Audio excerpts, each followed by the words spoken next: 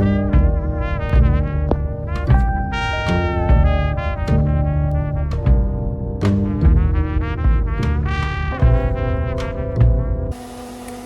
y'all, I just had to show you a real look of how it looks when you are in a tiny trailer and it's over 90 something degrees. Like, I don't know if you can hear, but I got the fan going. I got a couple of fans down here going. So I'm gonna show you over this conversation how quickly things can get hot or cold. So you see how sweaty I am right now. Now watch this. We're just gonna have a little chat. So I have plans to go see my little brother, but he got sick, so I can't go out there and see him. But it is giving me some time to prep the trailer, so that way when I do go west, it won't kind of disintegrate on me. I don't remember if y'all remember this, but basically in order for my trailer, because it's all wood, in order for it to withstand the different weather, especially rain, I have to put the sealant on there. So I'm about to go over to Home Depot. You can see it really, but it's a polyurethane. So I'm about to go over to Home Depot and pick up another one of these, because this is only about halfway full, and I may need to do like 1.5, I think. But basically I'm gonna paint over the trim and over the front door. I need to sand it all down, and then I'm gonna paint this over it. You have to do 2 coats of this paint over it, and then it'll be waterproofed for, it says for like up to 6 months or something like that, but I tend to do it almost, well, whenever it's not raining is when I do it, because I'm supposed to be doing it every 6 months, but I've been through a lot of rainy seasons, so I haven't been able to do it since the first time, which was about a year ago. And I can show y'all some of the trim on the door, so you guys can see the difference of what it looks like when it starts to chip, what it's going to end up looking like once I finish staining it. But tomorrow is going to be a super sweaty day. I hope y'all can see that. You see how much better my whole attitude got better and everything. You gotta keep fans on deck. This one is my go-to. This one is super strong, and it always blows cold air even if it's super hot. So make sure you have your fans and you don't overheat, and make sure you have lots and lots of water. But anyways, that's kind of a little side conversation. But yes, tomorrow we are going to be sanding down and resealing the entirety of the trailer. So let me show y'all what it looks like on the outside at the door, really where I want to sand it down and get it cleaned up.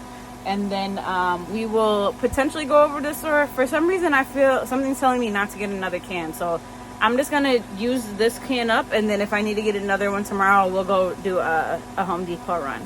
But let's go check out the trim in the door.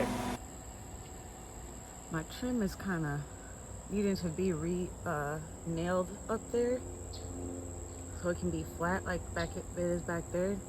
This is the only little spot. Just like literally these nails fell out, so I don't know how to refill them. If I should putty it and nail it somewhere else, or if I should nail it into the same hole.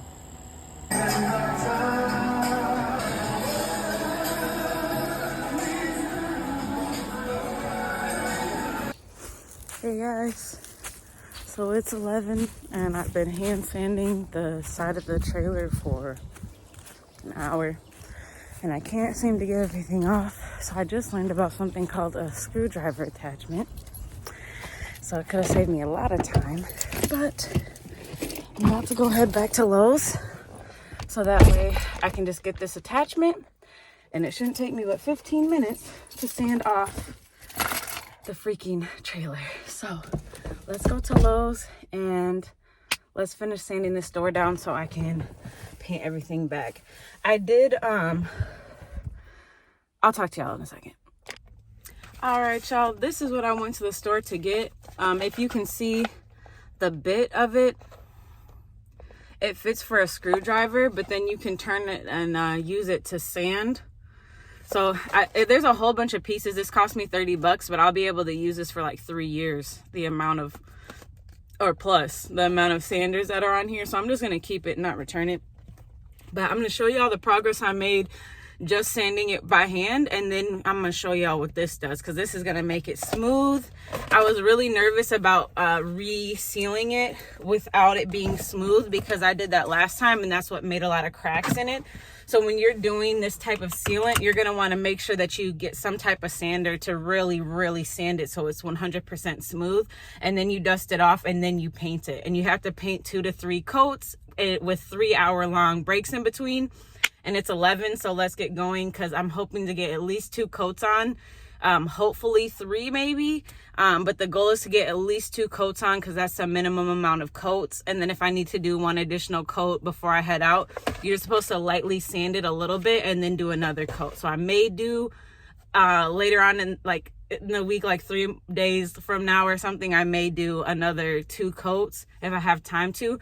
But this right here, I should have got this when I came a couple of days ago, because this would have made my life a lot easier, but telling y'all now. So let's go back to the house and let's sand down the door and a little bit more of the trim where I just couldn't sand it with my hand. Alrighty guys, let's take a look at what I did so far so you can see the difference between the two. So this is what I did so far. I just sanded the pieces that had stuff that was falling out. So this is what it looks like before over here, and then these 2 sides is what it looks like after you sand it. And I did it all by hand, right? So there's some pieces, let me find a good example. So also like down here, I did all that by hand, but all of those were good. There's no really like cuts in the sealant over here. There was a little bit down there, so I sanded that, but all this is feeling smooth. I'm also nailing through. There's some places, let me flip this camera around. So there's some places that the nails need to be refilled, so I'm doing that as well while I'm doing this. But do you see how there's, like, I've sanded it, but there's some pieces that still are stuck. You can really see it up here, the pieces that still need to be sanded. I did the best I could. So that's where we're at right now. Let's put this bit on, and I'll show y'all the front of it too. So this is the door right now. I was able to sand off some of it, but there's some pieces of it that are just not coming off for me. So this is what it should be looking like all the way through. And then these are the pieces that won't come off. And then I did sand most of this down. Most of this is pretty good, but I'll go over it again. And then up here, I can't really show you because of the sun, but up there's a little bit of the vinyl that's sticking out up there, if you can see it sticking out. I did nail back this trim, so now it's all back on there sturdy, but I do need to sand that down too. So I'm about to get to sanding, and I'll show y'all what it looks like when we're done. All right, y'all, it's a one-woman show, so it's hard to show everything, but I did just do the 3rd coat on all that brown trim you see. So I did this 3 times today. These mosquitoes are loving it. So I just basically stained down the pieces that I sanded down and yesterday, and then today I just coated it 3 times. So this is what it looks like. I really love the way the door came out, because it looks like it's really used. It's not supposed to be that thick to where it's dripping like that, so I may clean it up a little bit, but I just love how it looks finished. So tomorrow or later on this week, we're gonna get that fixed, but only thing that's left now is to do the caulking, so everything should look like that. There's a few edges that need to get redone, so that's what we'll be working on later this week. All right, y'all, it's time. I got all my work done, and I'm headed to pick up Cadence right now, and we are about to start hitting the road. Hit 104.